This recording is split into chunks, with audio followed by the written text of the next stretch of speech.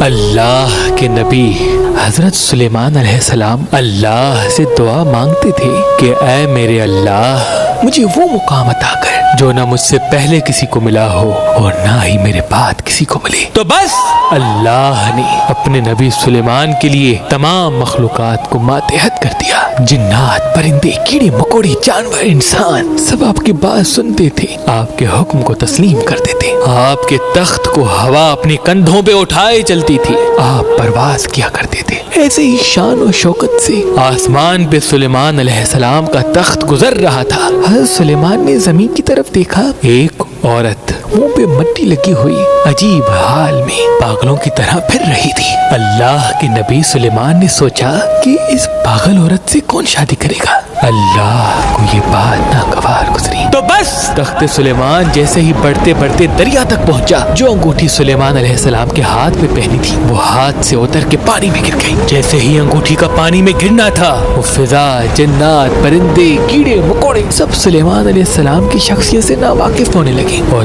تخت دھیرے دھیرے زمین کی طرف مائل ہونے لگا۔ جب زمین تک پہنچا اللہ کا نبی سلیمان حیران ہو گیا کہ یہ کیا ہو گیا۔ وہ فضا کو حکم دے لیکن فضا ان کی بات تسلیم نہ کرے۔ وہ جنات کو بلائے تو جنات ان کی بات تسلیم نہ کریں۔ وہ کسی مخلوقات سے بات کرنا چاہے تو کوئی مخلوقات بات کا جواب تک نہ دے۔ وہ زمین پہ پھرتا رہا پریشانی کے عالم میں کہ مجھ سے کیا ہو گیا۔ سوچتا رہا، چلتا رہا۔ اسے خیال آیا کہ اللہ اپنی مخلوقات سے پیار کرتا ہے۔ میں فضا میں تھا، زمین کی طرف دیکھ کر ایک عورت کو پست سمجھا، بیکار سمجھا، ناکارہ سمجھا۔ شاید یہ بات اللہ کو ناپسند ہے۔ میں اس عورت سے معافی مانگوں گا اور اس سے شادی کروں گا، شاید اللہ مجھے معاف کر دے۔ ڈھونڈتا رہا لیکن وہ عورت نہ ملی۔ بالآخر حضرت سلیمان علیہ السلام کو جب بھوک لگی تو وہ دریا کے ساتھ جو لوگ مچھلیاں پکڑتے تھے ان کے ساتھ کام کرنے لگا۔ وقت گزرتا رہا، ایک دن وہ عورت مل گئی۔ جیسے ہی عورت ملی سلیمان علیہ السلام قریب گئے، دست ادب کو جوڑ کے عرض کرنے لگے کہ میں نے تمہارے لیے غلط گمان کیا، تم میں عیب تلاش کیا۔ میں یہ بھول گیا تھا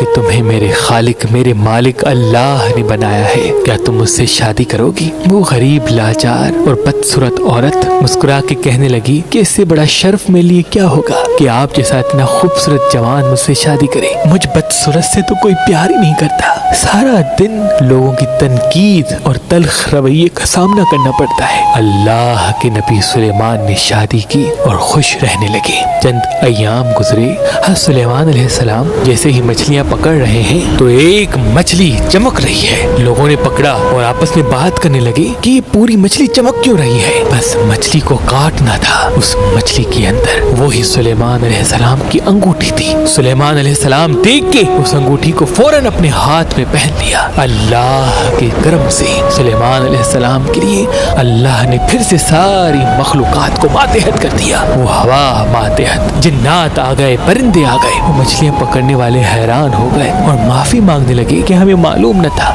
آپ اللہ کے نبی سلیمان ہیں۔ اور پھر سے سلیمان علیہ السلام کا وہ تخت اڑتا اڑتا آپ کے قدموں تک آ پہنچا۔ آپ جب اپنے تخت پہ بیٹھے تو دل ہی دل میں سوچنے لگے کہ اللہ کے نزدیک سب سے بدترین عمل یہ ہے جب کوئی انسان اللہ کی مخلوقات میں عیب تلاش کرتا ہے، کسی کا دل دکھاتا ہے یا کسی کو اپنے آپ سے کم سمجھتا ہے۔